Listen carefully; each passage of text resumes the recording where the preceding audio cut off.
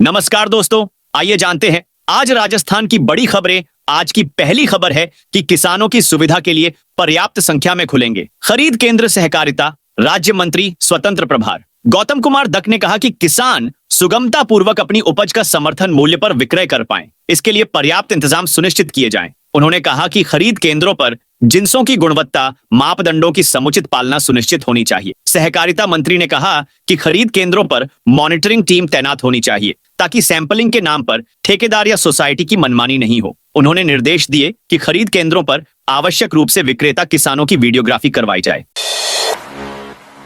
पंचायती राज विभाग का नया आदेश। राजस्थान में पंचायती राज विभाग का नया आदेश आया। ग्राम पंचायतों में प्रशासक के रूप में नियुक्त किए गए निवर्तमान सरपंचों को हटाने की नौबत आने पर निवर्तमान उप सरपंच को प्रशासक बनाया जाएगा। पंचायती राज विभाग ने मंगलवार को आदेश जारी करके यह स्पष्ट किया है कि किन्हीं कारणों से मौजूदा प्रशासक को पद से हटाने की आवश्यकता पड़े तो निवर्तमान उप सरपंच को प्रशासक बनाया जाएगा। राज्य की 6000 से ज्यादा ग्राम पंचायतों का कार्यकाल पूरा होने पर इनमें प्रशासकों के रूप में निवर्तमान सरपंचों को ही लगा दिया गया है।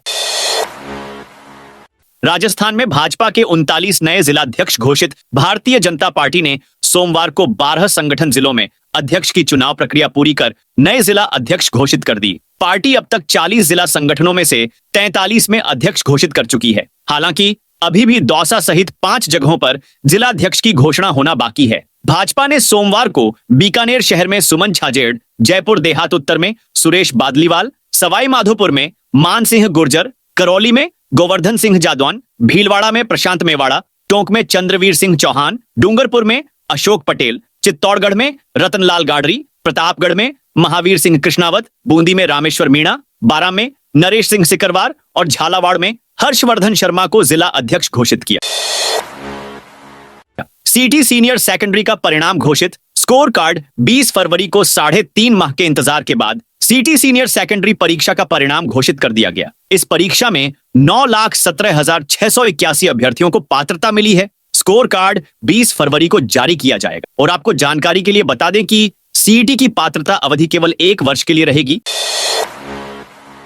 जयपुर में हुई बारिश, आज से फिर बदलेगा मौसम। जयपुर में सुबह सुबह बारिश शुरू हुई, जिसके बाद से ही मौसम में हल्की ठंड देखने को मिली। मौसम विभाग ने पहले ही वेदर फोरकास्ट रिपोर्ट जारी करते हुए कहा था कि प्रदेश में मंगलवार से मौसम बदलेगा। राज्य में एक कमजोर पश्चिमी विक्षोभ के प्रभाव से आगामी 24 घंटों में शेखावाटी क्षेत्र में कहीं कहीं हल्की बारिश और बूंदाबांदी होने की संभावना है। मौसम केंद्र जयपुर के अनुसार एक और सक्रिय पश्चिमी विक्षोभ के प्रभाव से 19-20 फरवरी को उत्तर पश्चिमी व उत्तरी राजस्थान में कहीं कहीं मेघगर्जन के साथ हल्की बारिश होने की संभावना है। मौसम विभाग ने आज के लिए अलर्ट जारी करते हुए भरतपुर और जयपुर में कहीं कहीं बारिश होने की संभावना जताई है। 19 फरवरी को दोपहर बाद फलोदी, बीकानेर, गंगानगर, हनुमानगढ़, चूरू, नागौर, सीकर, झुंझुनू और अलवर जिलों में कहीं कहीं मेघगर्जन के साथ हल्की बारिश होने व शेष भागों में मौसम मुख्यतः शुष्क रहने की संभावना है।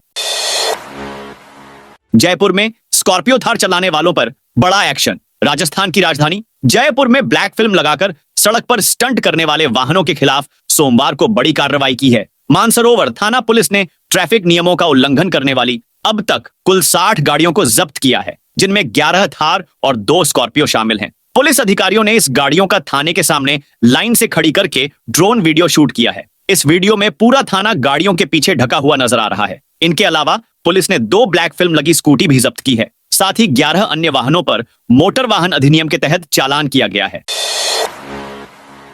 राजस्थान में बजट से पहले कांग्रेस का बड़ा प्रदर्शन। राजस्थान विधानसभा में भजनलाल सरकार का दूसरा बजट पेश होने से ठीक एक दिन पहले बूंदी जिले में कांग्रेस का बड़ा प्रदर्शन होने वाला है। पूर्व मंत्री और हिंडोली से तीसरी बार विधायक अशोक चांदना ने एक्स पर वीडियो पोस्ट करते हुए कार्यकर्ताओं से भारी संख्या में जुटने की अपील की है। इस प्रदर्शन में हिंडोली, नैनवा और बूंदी के किसान भी शामिल होने वाले हैं, जो अधिकारियों को झांपन देने के साथ साथ उन पर हुए कथित अत्याचार का विरोध जताने वाले हैं। इस जिले में सड़कों से निराश्रित मवेशी हटेंगे, गौशालाओं में भेजे जाएंगे। बूंदी में सड़क दुर्घटनाओं पर अंकुश लगाने के लिए पशुपालन विभाग ने बड़ा कदम उठाया है। अब सड़कों से लेकर हाईवे तक वाहन चालकों के लिए नासूर बन चुके निराश्रित मवेशी अब सड़कों पर नजर नहीं आएंगे। पशुपालन विभाग ने प्रदेश के सभी जिला कलेक्टर को पत्र भेजकर राष्ट्रीय राजमार्गों, राज्य मार्गों, सार्वजनिक स्थलों एवं अन्य सड़कों पर खुले में विचरण कर रहे निराश्रित पशुधनों को सड़कों से हटाने का बीड़ा प्रदेश के 8 सरकारी विभागों को दिया है। यह स्वयंसेवी संगठन के साथ मिलकर अभियान चलाएंगे जो निराश्रित पशुधन को सड़कों से हटाकर निकट की गौशालाओं में भेजेंगे। आरएएस एवं अधीनस्थ सेवा भर्ती 2024 के तहत पदों की बढ़ोतरी। राजस्थान सरकार ने कार्मिक विभाग ने आरएएस एवं अधीनस्थ सेवा भर्ती 2024 के तहत पदों की बढ़ोतरी की है। इसके तहत राज्य में सेवा में 62 और अधीनस्थ सेवा में 281 पद बढ़ाए गए हैं। राज्य प्रशासनिक सेवा आरएएस और राज्य पुलिस सेवा आरपीएस के तहत 31 पदों की बढ़ोतरी की गई है। भजनलाल सरकार द्वारा बढ़ाए गए पदों को लेकर इस परीक्षा में शामिल हुए अभ्यर्थियों में खुशी की लहर है। दरअसल आयोग द्वारा पूर्व में जारी की गई विज्ञप्ति के तहत कुल 733 पदों का वर्गीकरण जारी किया गया था, जिसे हालिया नवीनतम वर्गीकरण में बढ़ाकर 196 किया गया है। आपकी जानकारी के लिए बता दें कि पदों में इस बढ़ोतरी का फायदा प्री एग्जाम दे चुके अभ्यर्थियों को भी मिलेगा। लव जिहाद मामले के खुलासे के बाद राजस्थान में मच गया हड़कंप। अजमेर ब्यावर जिले के विजयनगर कस्बे में एक बड़ा ब्लैकमेल कांड सामने आया है, जहां समुदाय विशेष के युवकों ने लव जिहाद के नाम पर गिरोह बनाते हुए स्कूली छात्राओं को साजिश का शिकार बनाया। उन्हें पहले चाइनीज मोबाइल का प्रलोभन देकर प्रेम जाल में फांसा, फिर शारीरिक संबंध बनाने का दबाव बनाते हुए ब्लैकमेल कर मानसिक प्रताड़नाएं दी। धार्मिक क्रियाकलाप से इनकार पर परिजन को मारने की धमकी भी दी। थाना प्रभारी खंगारोत ने बताया कि अभिभावकों ने रिपोर्ट दी कि शिकायत पर पुलिस ने आरोपी गुलाबपुरा निवासी सोहेब, विजयनगर के सोहेल मंसूरी, अयान, अरफान, साहिल, आशिक कुरैशी, रियान, जावेद, आमान, करीम, फैजान समेत 10 से 15 अन्य युवकों के खिलाफ मुकदमा दर्ज किया है। वहीं पुलिस ने नामजद आरोपी रिहान मोहम्मद, सोहेल मंसूरी, लुकमान उर्फ सोहेब, अरमान पठान व साहिल कुरैशी को गिरफ्तार किया। कोटा में कचौरी बनाते समय रेस्टोरेंट में लगी भीषण आग। कोटा के इटावा के पीपलदा रोड मुख्य बाजार में मंगलवार सुबह एक रेस्टोरेंट में अचानक आग लग गई। आग लगते ही बाजार में अफरा तफरी मच गई और सैकड़ों लोग मौके पर जमा हो गए। लोगों ने आग बुझाने का प्रयास किया, लेकिन आग तेजी से फैल गई। घटना की सूचना मिलते ही तहसीलदार अरुण सिंह और थाना प्रभारी संदीप बिश्नोई पुलिस बल के साथ मौके पर पहुंचे। नगर पालिका की दमकल को भी सूचना दी गई, जिसने काफी मशक्कत के बाद आग पर काबू पाया। बताया जा रहा है कि दुकान पर कचौरी बनाते समय गैस सिलेंडर की पाइप में लीकेज हो गया था, जिससे आग लग गई। कुछ ही मिनटों में आग ने विकराल रूप ले लिया और दुकान में रखा सारा सामान जलकर खाक हो गया। राजस्थान में जन्म मृत्यु प्रमाण पत्र नियमों में संशोधन। राजस्थान में जन्म मृत्यु प्रमाण पत्र से जुड़े नियमों में बड़ा संशोधन किया गया है, जिससे आमजन को राहत मिलेगी। नए नियमों के तहत अब ग्रामीण क्षेत्रों में जन्म और मृत्यु की घटनाओं का 30 दिन बाद लेकिन 1 वर्ष के भीतर पंजीकरण ब्लॉक सांख्यिकी अधिकारी द्वारा किया जाएगा। विलंब शुल्क की नई दरें निर्धारित की गई हैं, जिसमें 21 दिन के बाद सूचना देने पर शुल्क बढ़ा दिया गया है। इसके अलावा चिकित्सा संस्थानों के लिए भी पेनल्टी बढ़ाई गई है। अब बिना नोटरी सत्यापन के भी प्रमाण पत्र मिलेगा और असंतोष की स्थिति में अपील का प्रावधान होगा। सीटी स्नातक का स्कोर कार्ड जारी। राजस्थान कर्मचारी चयन बोर्ड की ओर से आयोजित समान पात्रता परीक्षा सीटी का स्कोर कार्ड सोमवार शाम को जारी कर दिया है। इस परीक्षा में पात्र अभ्यर्थी बोर्ड की वेबसाइट पर जाकर अपना स्कोर कार्ड देख सकते हैं। कर्मचारी चयन बोर्ड ने 12 फरवरी को सीटी स्नातक स्तर का परिणाम जारी कर दिया था। इसमें इस परीक्षा में 8,78,069 अभ्यर्थी पात्र घोषित किए गए हैं। इस परीक्षा में पात्रता के लिए 40% अंक लाना अनिवार्य था। जिला कलेक्टर समेत 10 अफसरों को जारी किए नोटिस। सुप्रीम कोर्ट ने सरिस्का बर्ड सेंचुरी क्षेत्र में होटल खोने के मामले में पूर्व केंद्रीय मंत्री भंवर जितेंद्र सिंह को नोटिस जारी किया है। राजस्थान के मुख्य सचिव, पर्यटन विभाग के शासन सचिव, आबकारी आयुक्त, जिला कलेक्टर सहित कुल 10 अधिकारियों को नोटिस जारी किया है। यह नोटिस एसएलपी पर जारी किए गए हैं, जिनकी सुनवाई के लिए 4 सप्ताह का समय दिया गया है। जस्टिस विक्रम नाथ और जस्टिस संदीप मेहता की पीठ ने मामले की गंभीरता को ध्यान में रखते हुए नोटिस जारी किया है। स्विंगल राजस्थान के 10 बड़े शहरों की ड्रोन सर्वेक्षण से होगी डिजिटल मैपिंग। डिजिटल इंडिया अभियान ने देश को एक नई दिशा प्रदान की है। इसी कड़ी में digital India land record modernization कार्यक्रम के अंतर्गत 18 फरवरी को राजस्थान सहित देश के विभिन्न राज्यों में नक्शा प्रोजेक्ट का शुभारंभ किया जाएगा। राजस्थान सरकार ने इस प्रोजेक्ट के लिए राज्य के 10 शहरों का चयन किया है। इस प्रोजेक्ट के तहत भिवाड़ी, किशनगढ़, ब्यावर, सवाई माधोपुर, जैसलमेर, पुष्कर, बगरू, बहरोड़, नवलगढ़ और नाथद्वारा में नगर पालिका की संपूर्ण भूमि क्षेत्र का ड्रोन सर्वेक्षण द्वारा डिजिटल मैपिंग करवा भूमि अधिकार अभिलेख का डिजिटलीकरण किया जाएगा, जिससे भूमि संबंधी सूचनाओं को साझा करना और पारदर्शी बनाना आसान होगा।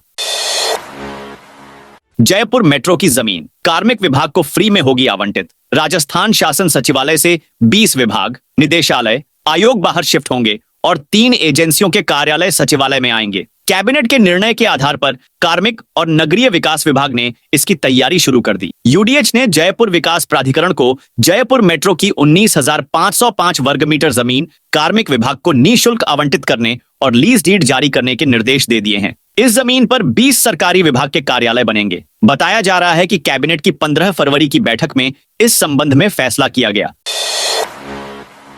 जयपुर में मिनी बसों के लिए खोला नया रूट। राजस्थान में परिवहन विभाग का बड़ा फैसला। जयपुर में घटती सार्वजनिक परिवहन सेवाओं के बीच परिवहन विभाग ने शहर में मिनी बसों के नए रूट खोलने का निर्णय लिया है। करीब 19 साल बाद आरटीओ ने गोनेर रोड से सीकर 17 नंबर रोड के रूट नंबर 35 को पुनः खोला है। इस रूट के लिए 20 परमिटों के लिए कुल 111 आवेदन प्राप्त हुए थे, जिनमें से 38 आवेदन पात्र पाए गए और लॉटरी के जरिए 19 लोगों को परमिट दिए गए। इसमें 15 अनारक्षित, 2 एससी और 2 एसटी वर्ग के लिए लॉटरी निकाली गई। एससी वर्ग में कोई आवेदन प्राप्त न होने पर आरक्षण को 1 साल के लिए सुरक्षित कर दिया गया।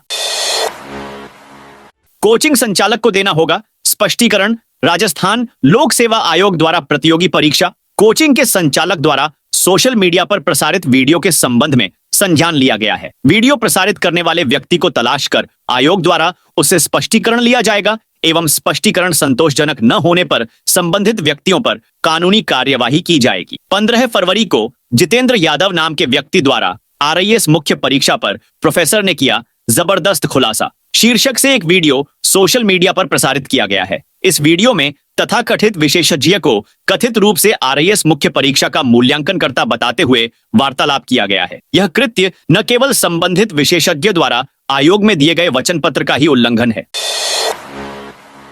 अजमेर में बच्चों के कंचा खेलने के विवाद। अजमेर में बच्चों के कंचे खेलने में हुई विवाद के बाद 2 पक्ष भिड़ गए। आरोप है कि दोनों ओर से पत्थरबाजी और लाठी से हमला हुआ। मौके पर पहुंची गंज थाना पुलिस ने लोगों को समझाइश का प्रयास किया। इस बीच एक पक्ष के लोग बड़ी संख्या में थाने पहुंच गए। भीड़ और नारेबाजी को रोकने के लिए पुलिस ने हल्का बल प्रयोग कर लोगों को बाहर खदेड़ा। वहीं इस घटना में दोनों पक्षों के करीब 8 लोग घायल हुए हैं। हालात न बिगड़े इसके लिए 9 थानों का जाब्ता तैनात किया गया है। घटना लौंगिया क्षेत्र में सोमवार देर शाम की है। लौंगिया मोहल्ला निवासी संजय भट्ट ने 13 लोगों पर नामजद सहित 40 लोगों पर हमला करने का मामला दर्ज करवाया है। शांति व्यवस्था बनाए रखने के लिए मौके पर पुलिस बल तैनात है।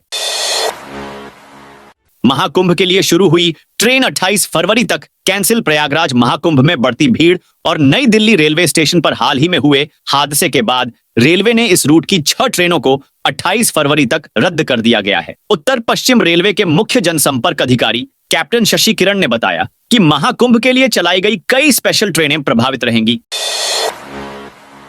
बीकानेर में हथियार लेकर घूमते 3 युवकों को पकड़ा। बीकानेर में हथियार लेकर घूम रहे 3 युवकों को गिरफ्तार किया गया। तीनों से 3 आधुनिक पिस्टल और 52 कारतूस बरामद किए गए हैं। ये लोग बीकानेर में हथियार लेकर क्यों घूम रहे थे? इन तीनों का संपर्क किसी बड़े गैंग से होने की आशंका जताई जा रही है। हालांकि गैंग को लेकर पुलिस ने कोई खुलासा नहीं किया है। तीनों को आज कोर्ट में पेश कर रिमांड पर लिया जाएगा। एक युवक हरियाणा का रहने वाला है। बदमाशों को पकड़ने की कार्रवाई बीकानेर रेंज के आईजी ओम प्रकाश पासवान के नेतृत्व में की गई। नरेश मीणा को लेकर आई बड़ी खबर। नरेश मीणा को लेकर बड़ी खबर सामने आ रही है। हाई कोर्ट ने नरेश मीणा को जमानत पर रिहा करने के आदेश दिए हैं। मामला 12 में प्रमोद जैन के घर के बाहर प्रदर्शन करने का है। इस मामले में न्यायाधीश सुदेश बंसल ने नरेश मीणा को जमानत रिहा करने के आदेश दिए हैं। यह मामला 12 जिले के कोतवाली थाने में दर्ज एक मुकदमे से जुड़ा हुआ है। घटना उस समय की है जब साल 2023 में प्रमोद जैन भाया के आवास के बाहर एक प्रदर्शन किया जा रहा था। प्रदर्शन के दौरान नरेश मीणा पर आरोप है कि उन्होंने अपनी मौजूदगी से भीड़ को उग्र किया और स्थिति को और बिगाड़ दिया। उनके खिलाफ कोतवाली थाने में मामला दर्ज किया गया था। आईपीएस पंकज चौधरी का डिमोशन। राजस्थान के इतिहास में पहली बार भारतीय पुलिस सेवा आईपीएस के अधिकारी का डिमोशन किया गया है। वरिष्ठ आईपीएस अधिकारी पंकज कुमार चौधरी पर यह कार्रवाई पारिवारिक मामले की जांच के बाद की गई है। इससे पहले किसी भी आईपीएस अधिकारी पर ऐसी कार्रवाई नहीं की गई थी। कार्मिक विभाग की जांच के बाद चौधरी का 3 साल के लिए डिमोशन किया गया है।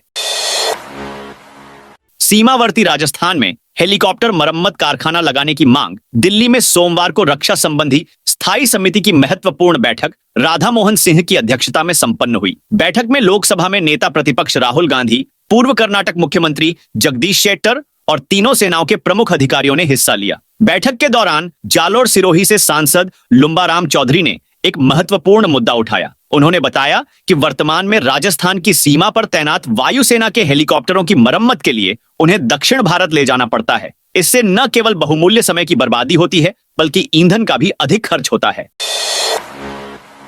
गैस रिसाव की घटना के बाद सर्वे सिमलिया के गढ़ेपान स्थित सीएफसीएल में गैस रिसाव की घटना के बाद चिकित्सा विभाग की टीमें आसपास के गांवों में जाकर सर्वे कर रही है। चिकित्सा विभाग की 10 टीमों ने सोमवार को 5 गांवों में 770 घरों का सर्वे किया, जिनमें 7 नए रोगी चिन्हित की। अब तक कुल 28 रोगी मिले हैं।